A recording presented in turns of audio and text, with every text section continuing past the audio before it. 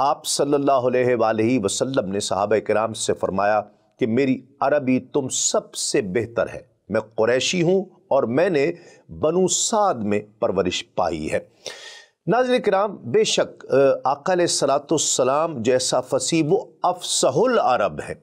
حضرت سیدنا صدیق اکبر رضی اللہ تعالیٰ عنہ نے اس حقیقت کا ان الفاظ میں ایک مرتبہ اعتراف کیا کہ ما رأیت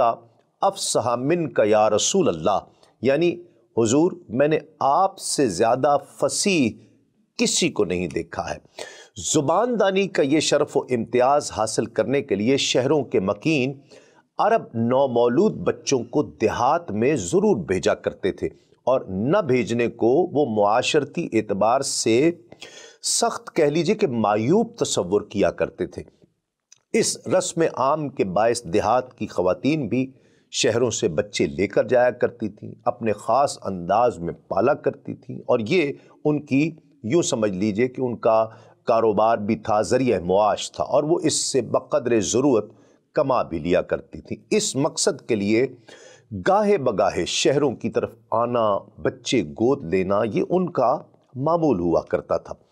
زیادہ تر موسم بہار یعنی ربیع میں ان کی آمد ہوا کرتی تھی۔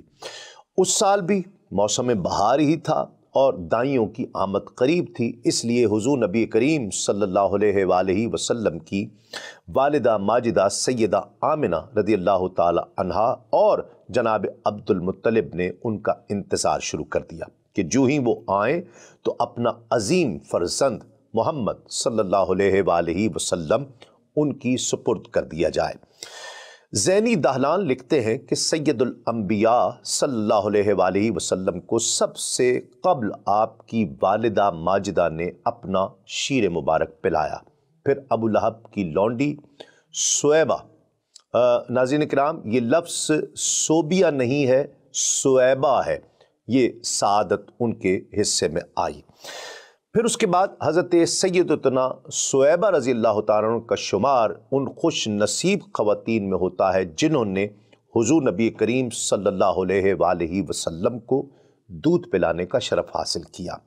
آپ مکہ مکرمہ کی رہنے والی تھیں اور آپ کا تعلق ایک بدوی قبیلے اسلمی سے تھا۔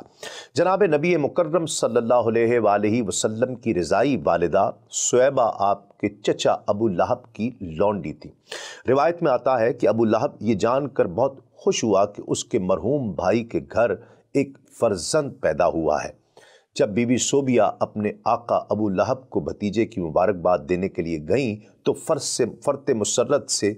کھل اٹھا اور انگلی سے اس طرح اشارہ کیا کہ جا تو آزاد ہے۔ اس واقعے کا ذکر یہیں ختم نہیں ہوتا، بلکہ صحیح بخاری میں ہے کہ زمانہ بیتتا رہا اور آخرکار ابو لہب اسلام دشمنی میں حدیں پار کرتے ہوئے مر گیا، یہاں تک کہ قرآن مجید میں اس کی مذمت میں صورت آئی۔ اس کے بھائی حضرت عباس رضی اللہ تعالیٰ عنہ نے ایک شب اسے خواب میں دیکھا تو اس کی حالت بہت خراب تھی، صاف نظر آ رہا تھا کہ وہ دوزخ کا ایندھن بن چکا ہے۔ حضرت عباس بن عبد المطلب نے بھائی سے پوچھا کہ ابو لہب کس حال میں ہو؟ اس نے جواب دیا، میں نے آپ لوگوں سے دور ہونے کے بعد کوئی راحت نہیں دیکھی، البتہ اتنا ہے کہ جس انگلی کے اشارے سے لونڈی سویبہ کو آزاد کیا تھا اس سے کچھ پینے کو مل جاتا ہے، یعنی میں اسے چوس کر کچھ راحت پاتا ہوں۔ ناظرین کرام، نبی رحمت صلی اللہ علیہ وآلہ وسلم نے اپنی والدہ ماجدہ سیدہ آمنہ رضی اللہ تعالی عنہ کے علاوہ جن عورتوں کا دودھ پیا ان میں سویبہ اسلمیہ ہی وہ سعادت مند خاتون ہیں جنہیں پہلی رضائی ماں ہونے کا شرف حاصل ہوا۔ حضرت سویبہ رضی اللہ تعالی عنہ نے حضور نبی کریم صلی اللہ علیہ وآلہ وسلم کے علاوہ آپ کے چچا حضرت سیدنا حمزہ بن عبد المطلب رضی اللہ تعالیٰ عنہ اور ایک صحابی حضرت ابو سلمہ عبداللہ بن عبد الاسد مخزومی رضی اللہ تعالیٰ عنہ کو بھی شیر مبارک پلایا۔ یوں ان دونوں حضرات کو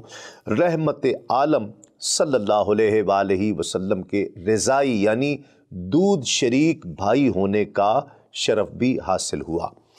اعلیٰ حضرت امام احمد رضا خان فاضل بلیلوی رحمۃ اللہ تعالیٰ علیہ امام ابو بکر ابن عربی رحمۃ اللہ علیہ کے حوالے سے نقل کرتے ہیں کہ سید عالم صلی اللہ علیہ وآلہ وسلم کو جتنی بیویوں نے دودھ پلایا سب اسلام لائیں اور مسلمان ہوئیں۔